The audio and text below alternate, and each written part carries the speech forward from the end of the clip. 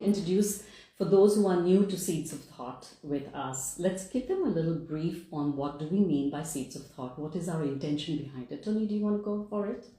Right. So again, the basic idea of the Seeds of Thought, the entire subject matter is for us to have little reminders of the day, of how we are shaping up in the world, how we plan to shape up in the world, and to have some of the inspirational ideas feed into ourselves, so that we naturally are able to fall back on that kind of wisdom that comes through awareness, whether it's the awareness of the external world or it's self-awareness. Yeah, I think the key is the word.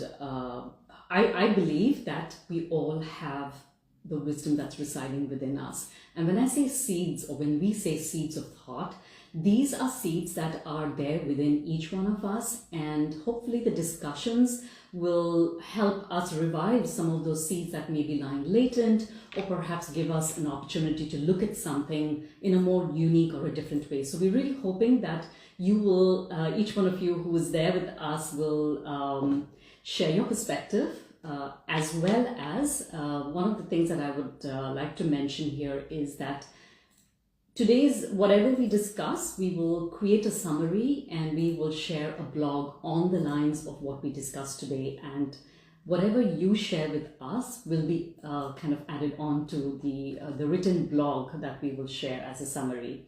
And we will be back every first and third Sunday of the month with a new perspective to discuss and reflect upon. So let's jump right into first a very brief introduction, because some of us haven't met before, so, or know me but don't know Tony. So Tony, just a little introduction about yourself. Well, my claim to fame is that I'm Vandana's husband, and very briefly, I bring my experience from the corporate world into the coaching domain, and that's where the cognitive side of the coaching comes into it. Not to say that the cognitive was non-existent without me. It was there, but I just bring my experience into this work form. Thank you. And for those who don't know me, I'm Vandana, and I'm an energy and holistic specialist. And I bring the consciousness perspective. And like Tony said, not that the cognitive was missing, and not that in his cognitive approach there was consciousness missing, but we perhaps have our own, and like each one of us, have our own way of connecting with our wisdom. And Tony seems to lean more towards the cognitive, and I lean towards the consciousness.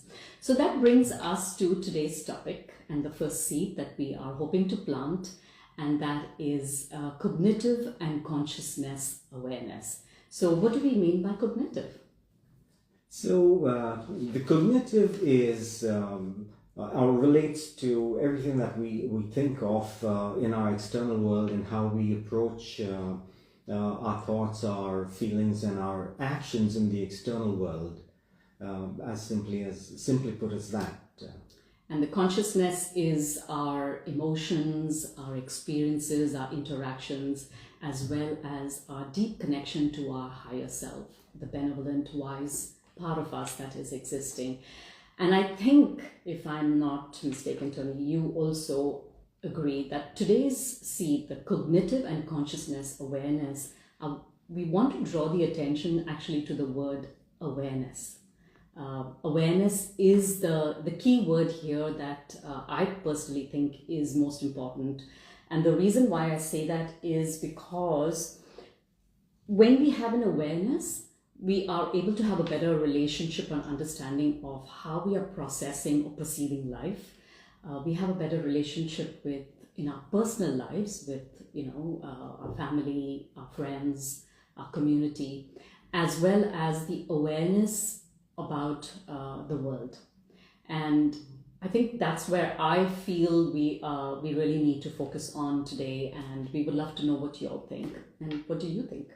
Well, first of all, I was quite taken up with one of the comments that came through that says that's a big claim to fame, Tony. Yeah, it is. It is quite a big claim to fame, and I'm very pleased to ride on the back of that thought. But going back to the question about how I perceive this the consciousness awareness as well as the cognitive awareness. Going back into my workplace experience, and I have always been able to, and it comes with practice, been able to rewind my day and consider how things have gone for me. If some of the events, some of the conversations, some of the actions, meetings, etc., have not gone the way I have liked it to go. That's the cognitive side of it, to give it some thought and say, all right, so this went wrong, this is what I could have done better. And then I bring into the consciousness awareness as to how it affected me and what triggered me. Could I have done something about that? Could I have approached the subject a little better?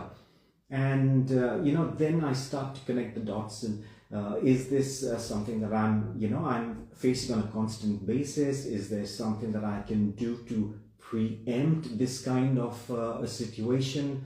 Or what can I do to make myself stronger emotionally so that I'm not triggered so easily?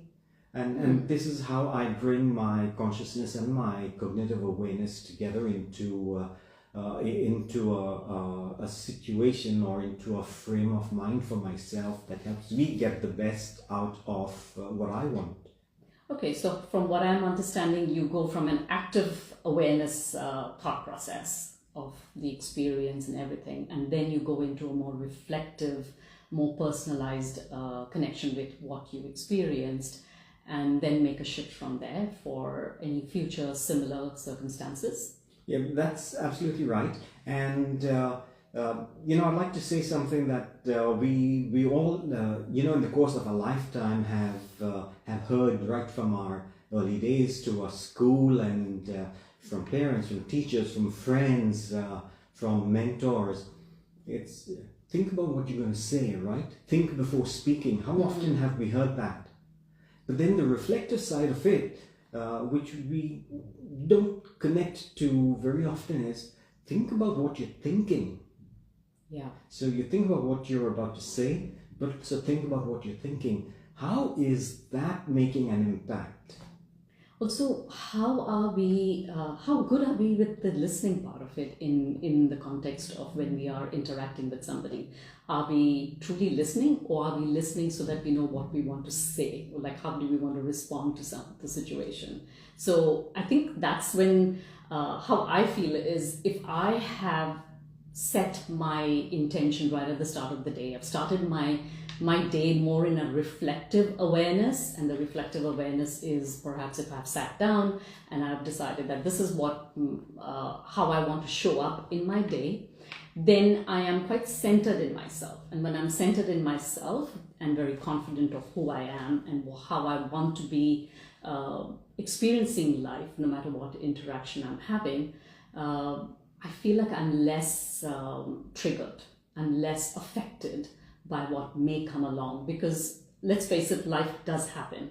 Things do get thrown at you, as simple as you go out driving and someone cuts you in front, and if you are not centered, I feel like the awareness is like completely lost and you're already in that reactive state of mind.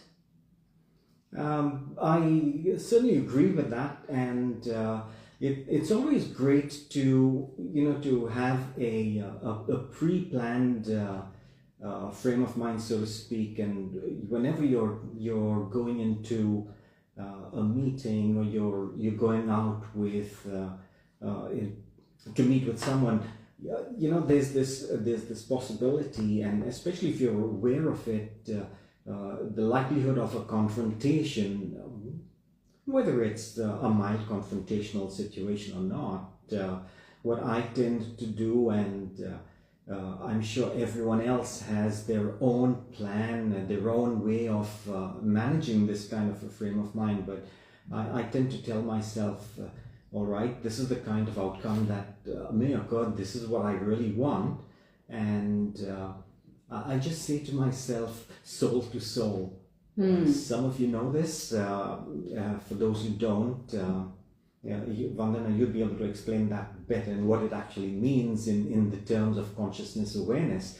But I do that to keep myself centered, and it works for me.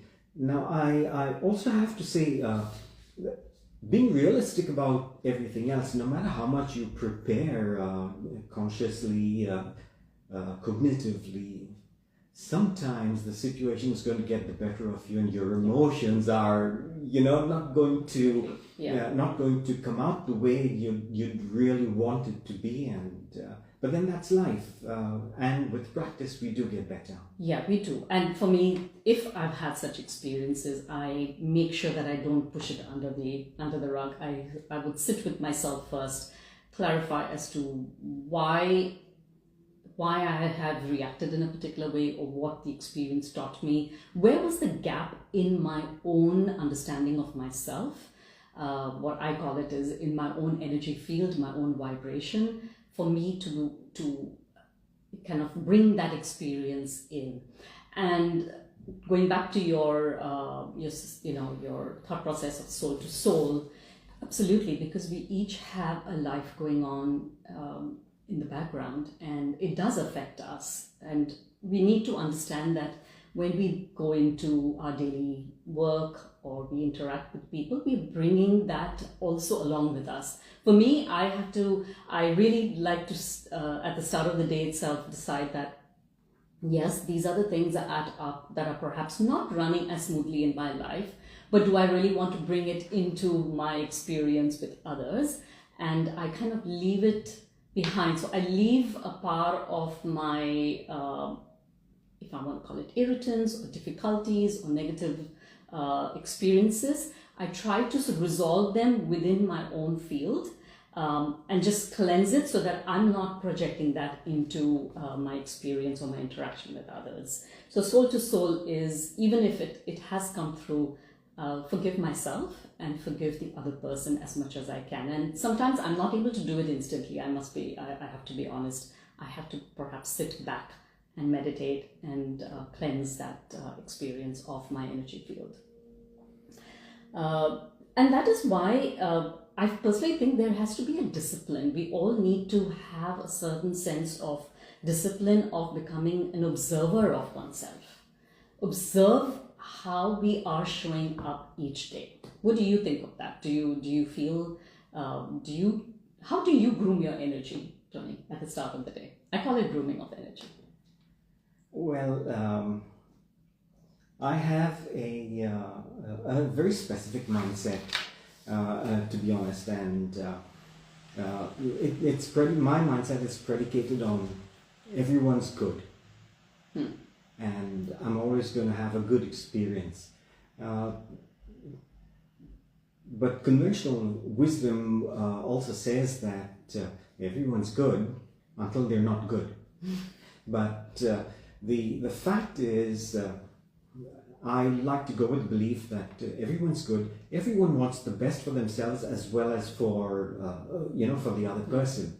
The only gap or the differentiation is that they process their information differently. Their emotional drivers are different, and sometimes how they process information is different from how we process information, and there's no synergy between that communication. Yeah. And it's the same with the emotional drivers. They have different emotional drivers kicking in at different times, and as do we, and I try to make the allowances, and I recognize that these are the differences that I'm going to be faced with along the way. Now, for me, because I'm a colored brain communication facilitator, it's been a little easier for me to understand the way other people are processing information. And even though I see that difference, I make the allowance. I'm willing to encourage and work with the other party or the other people or whoever it is that I have the pleasure of connecting with, to work on the same lines. And it goes back to that, the old adage about treat others the way they would like to be treated. Communicate with others the way they would like to be communicated with. Yeah, so you made reference to two very important things. One is the emotional drivers and the other is the colored brain. Emotional drivers is perhaps one of the ones that I tend to lean towards a lot also, to understand what exactly is the other person, what is important for them, what makes them be who they are, and to receive them and to meet them exactly where they are. I also refer to it as energetically meet people where they are. So if someone is seeking something particularly, if you are able to connect with that emotional driver of theirs, it's easier. So maybe we are using the word emotional drivers, and some of them, our audience might be more familiar with the concept of human needs, which is on the similar lines. Do you want to just give us an overview of that, Tony? Well, when we talk about human needs or our emotional drivers, for the sake of time, we can't go into much detail, but we have four emotional drivers that are of the personality, and two are of the spirit. The two of the spirit is our need for contribution, so contributing to the betterment of the world around us, whether it's on a smaller scale or on a large scale. Our need to contribute is very, very high as human beings. And the second need of the spirit is our need for our growth, for our personal growth, and to see growth in others, people close to us, the ones that we work with, etc., etc. And that works very much in synergy with growth and contribution. Then we also have the four needs of the personality, which is stability and conversely variety. And then we have love and we have contribution. Love as well as love and connection, as well as significance. Love and connection and significance. Yeah. Right, so thank you for that. And now for more on this particular subject, there are various coaches and thought leaders who use this. And more importantly, if any of you are familiar with Tony Robbins, he talks about the human needs or the emotional drivers, and he has some fantastic references and explanations and how it affects us.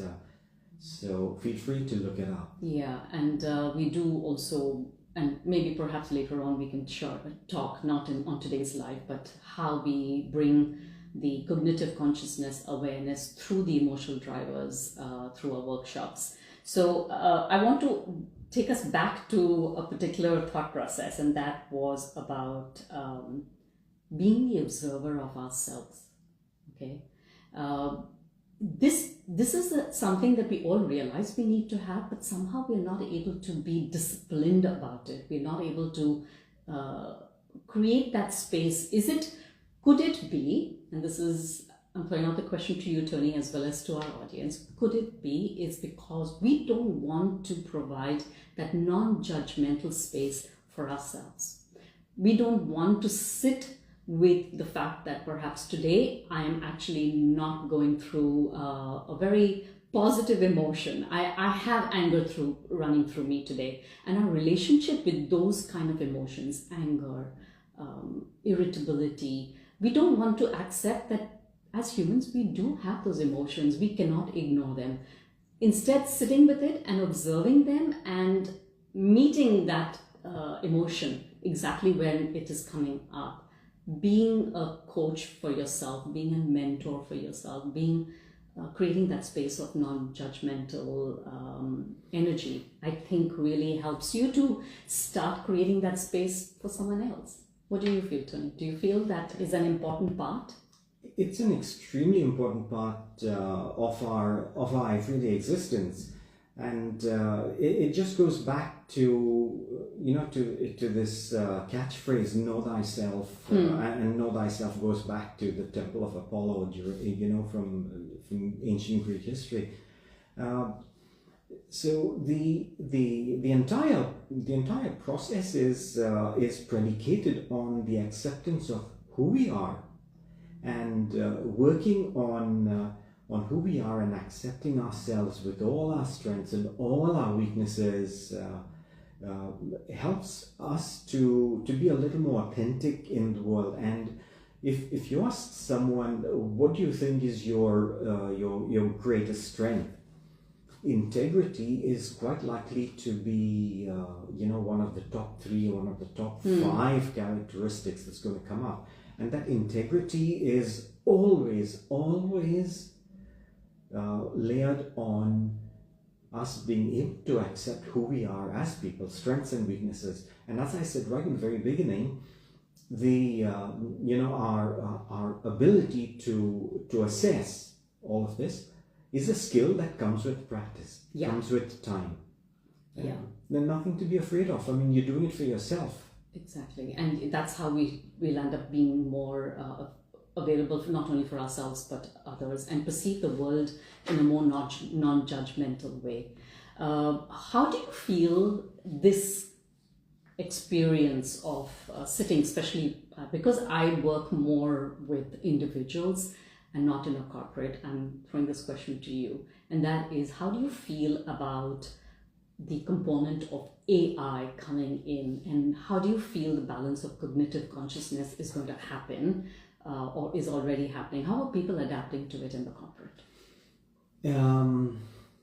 I would say that this is over the next couple of months, years even, it's going to be extremely disruptive, because the speed and the rate at which automation and artificial intelligence is growing is going to cause a lot of heartache, in some areas, and there's always this question: is artificial intelligence going to take my job? Artificial intelligence is not going to take your job, but someone who knows how to use artificial intelligence is going to take your job. So artificial intelligence is growing exponentially, very, very quickly.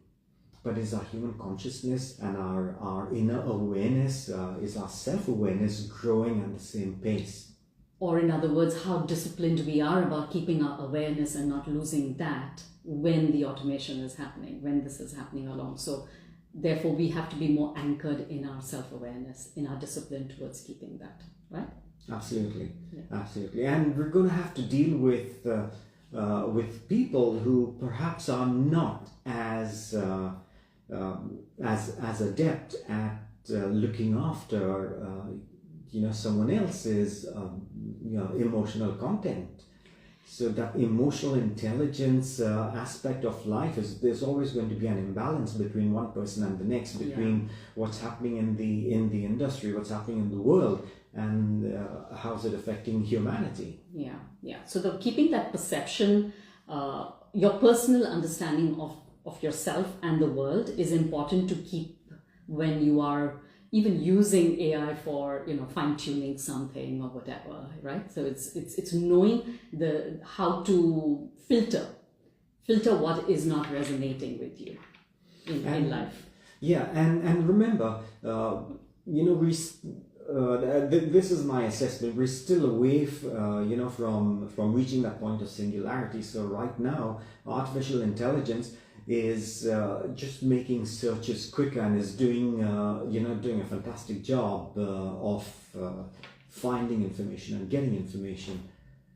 However, not all of that information is 100% accurate all the time, and it's human intelligence and it's human consciousness, it's a human awareness that actually can discern the accuracy or the veracity of artificial intelligence. Yeah. Okay, so if we have to summarize what we, sorry, my hand just slipped. If we have to summarize today about the cognitive and consciousness awareness, my main sharing, or what I have taken away from here, is that the discipline of keeping self-awareness is paramount, whether you're doing it from a cognitive perspective or whether you're doing it of consciousness, or you're marrying the two. The bridge between the two actually helps you to have better relationships, especially when someone is more wired to be, when two different people are meeting up. So for example, you're very cognitive in your thought process and I'm very consciousness tuned in. This is how we tend to relate. We give both perspectives and we share and we meet each other exactly at that space, that marrying of the two, if I may say so. If everybody would like to share, well, how do they bring in these two aspects? Or do they know, are they more leaning towards the cognitive or the consciousness perspective? And how do you bridge the gap? I think we've had a beautiful sharing with somebody. Tony, do you want to read it? Because, or do you want me to? Right. Okay. Yeah, I'll just read this out. With conscious awareness, we can be motivated to upgrade our skills instead of being attached to skills that can easily be handed over to AI. Absolutely.